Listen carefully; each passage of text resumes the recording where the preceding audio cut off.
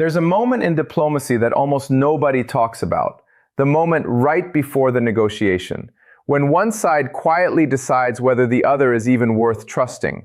Not worth talking to, worth trusting. That distinction is everything. And right now, in the rubble and the silence of what's left after one of the most expensive military confrontations in modern American history, that distinction is the entire ball game. Let me tell you what actually happened. A flight was scheduled. Government aircraft, fueled and ready, crew aboard, security confirmed. The destination was a luxury resort region in Switzerland, the kind of place where powerful men go to pretend they're making history over polished conference tables. The purpose was to begin translating a freshly signed memorandum of understanding into something real.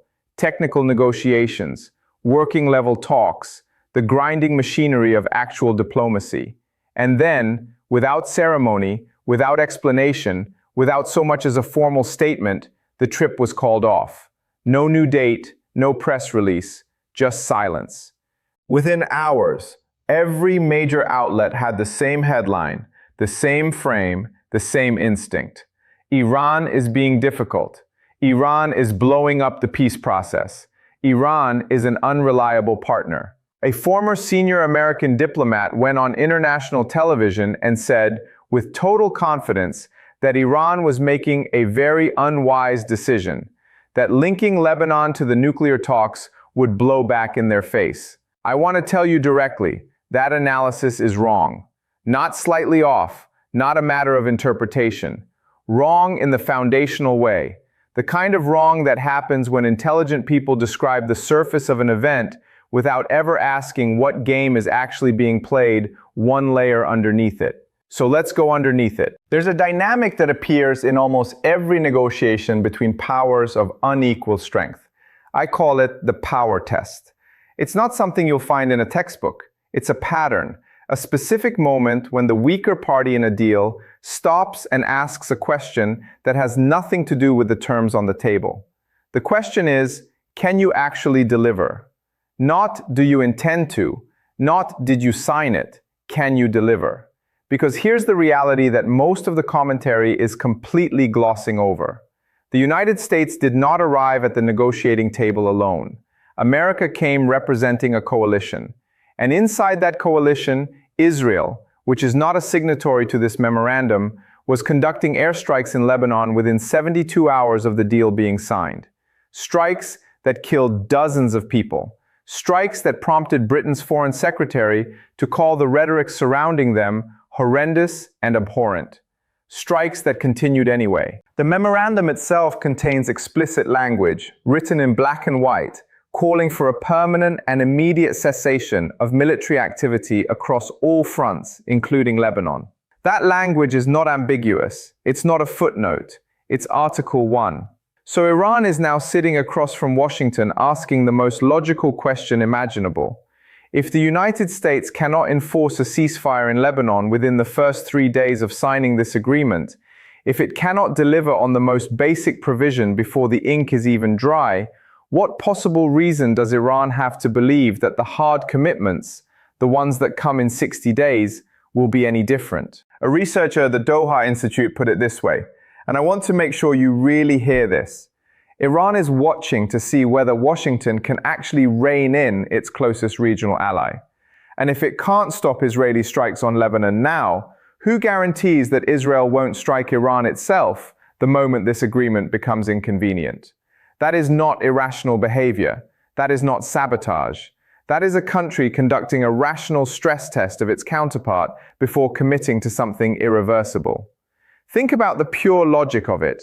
You've just signed a deal with enormous economic upside, sanctions relief, access to frozen assets, a reconstruction fund potentially worth hundreds of billions.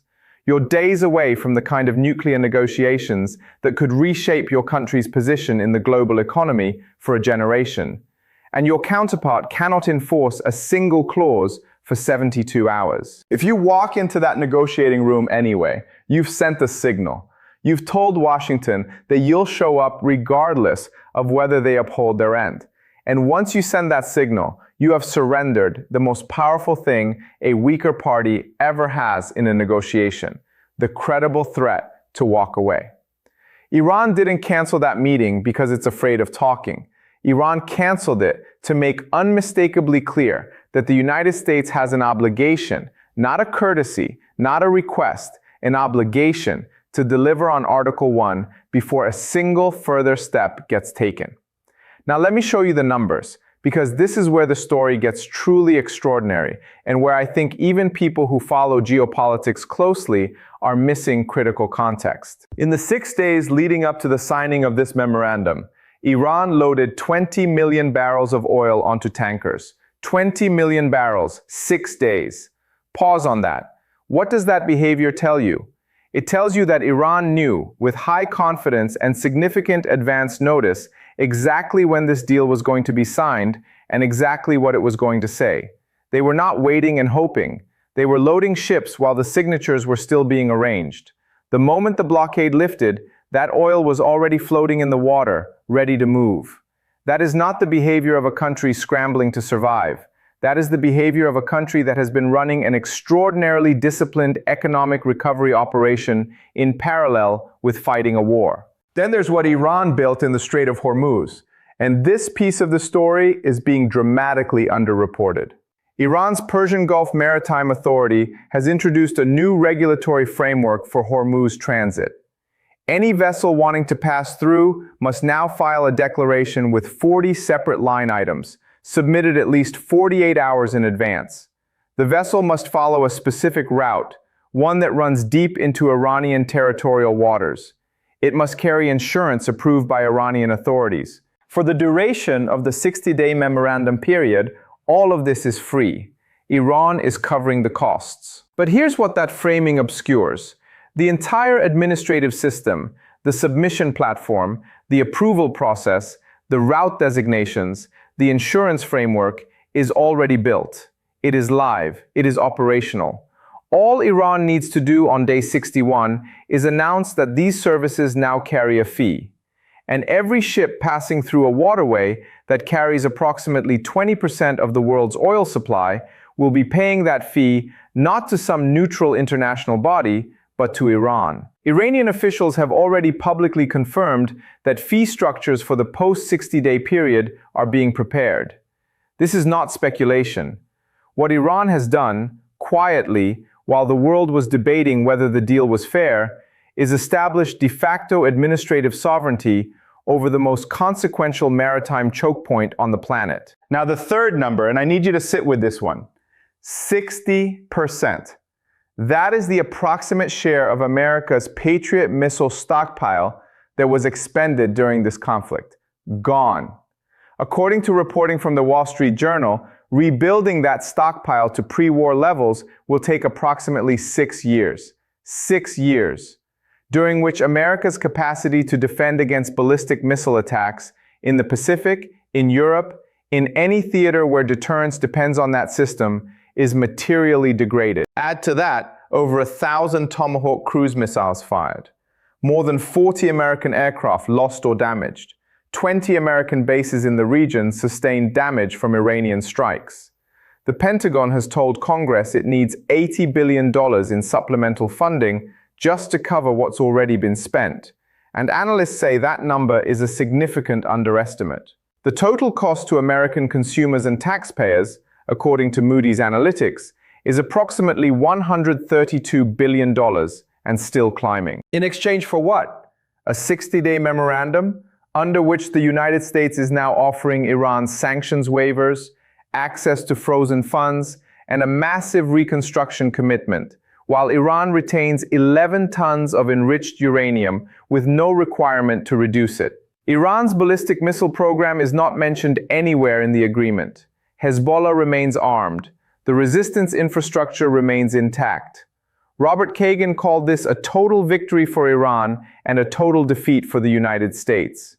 The former president of the Council on Foreign Relations called it a massive win for Tehran. These are not partisan voices. These are the most credentialed people in American foreign policy analysis. I want to be intellectually honest here, because I think the strongest version of the counter-argument deserves a real hearing. The case for America's position goes like this. No previous administration managed to eliminate Iran's supreme leader, degrade its nuclear infrastructure, force direct bilateral negotiations with a country that had refused them for years, and reopen the Strait of Hormuz. Those are not small things. The comparison to Nixon going to China is not absurd. Nixon was savaged at the time, and history remembered it differently.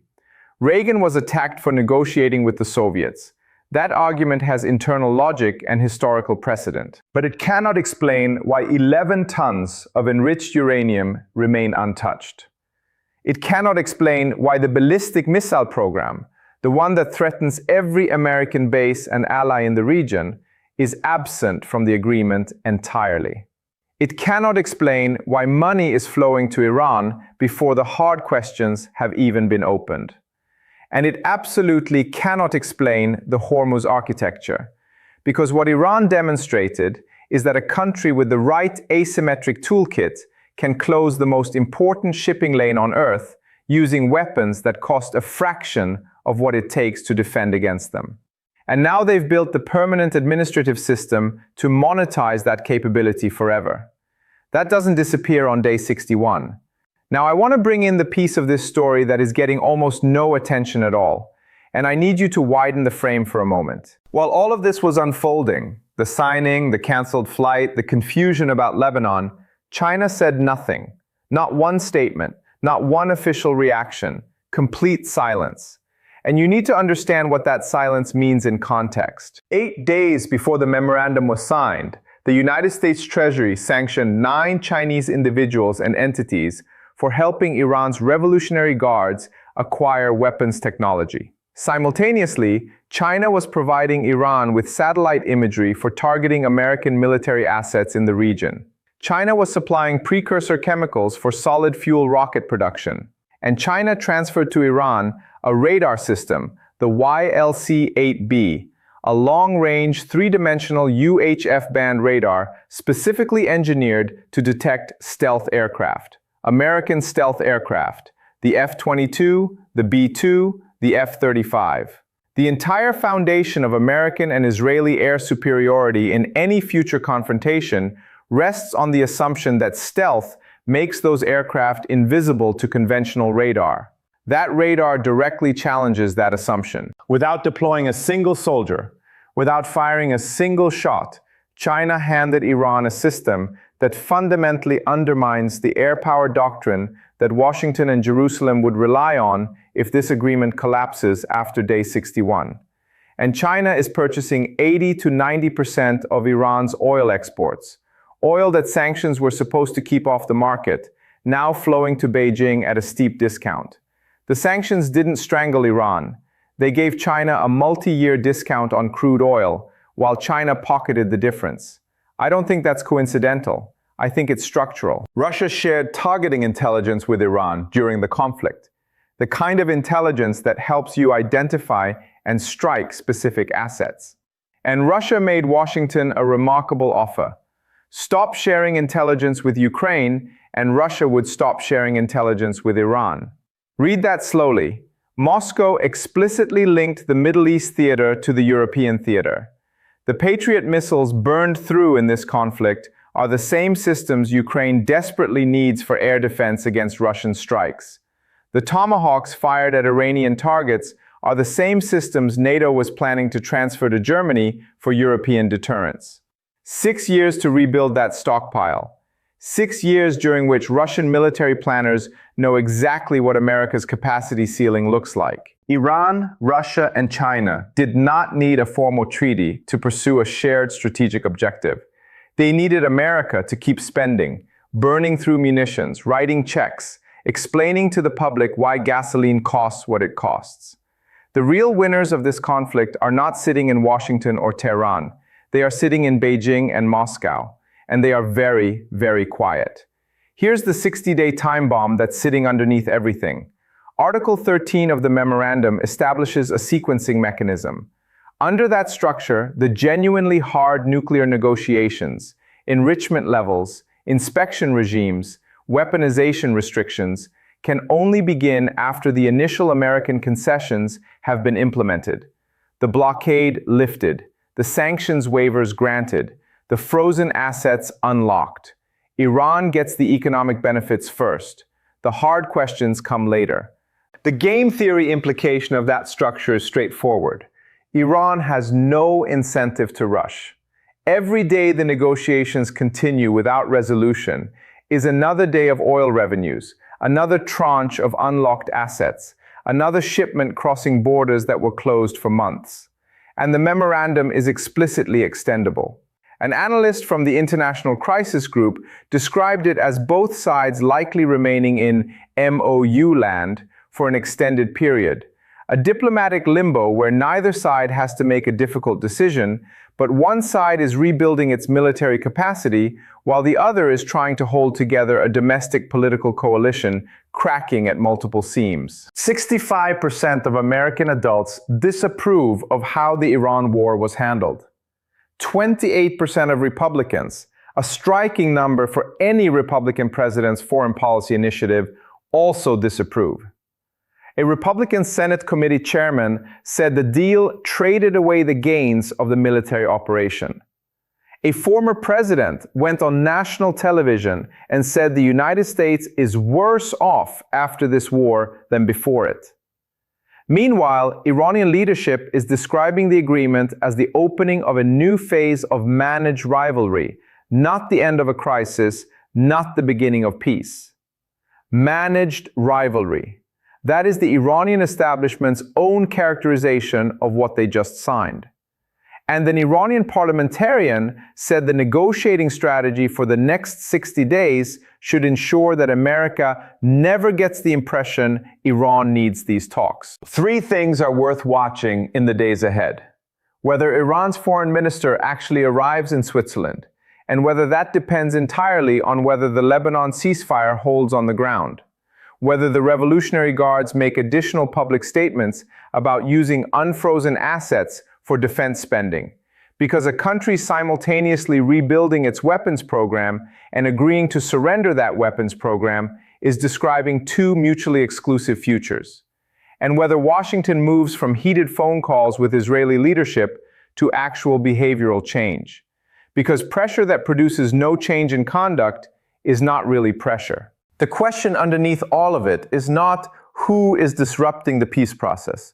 The question is whether what ended is a war or whether it's an intermission, a strategic pause during which one side is collecting revenue, reconstituting its forces, building toll infrastructure over the world's most critical waterway, and entering the next chapter from a position of considerably greater strength than it held 6 months ago. I don't know with certainty how this resolves. I could be wrong about the trajectory, but the math, the architecture, the sequencing, the silence from Beijing and Moscow, none of it reads like the end of something. It reads like a beginning. If you want to push back on anything here, I genuinely want you to. Read the CSIS report on American munitions stockpiles. Read the Persian Gulf Maritime Authority's transit regulations for Hormuz. Read the full memorandum and look at Article 13. Come back with what I got wrong. That's how this kind of analysis gets better. Subscribe if you want to keep following this as it unfolds, and share this with someone who thinks the Switzerland cancellation was just Iran being difficult. Because the story underneath that story is a lot bigger than the headline.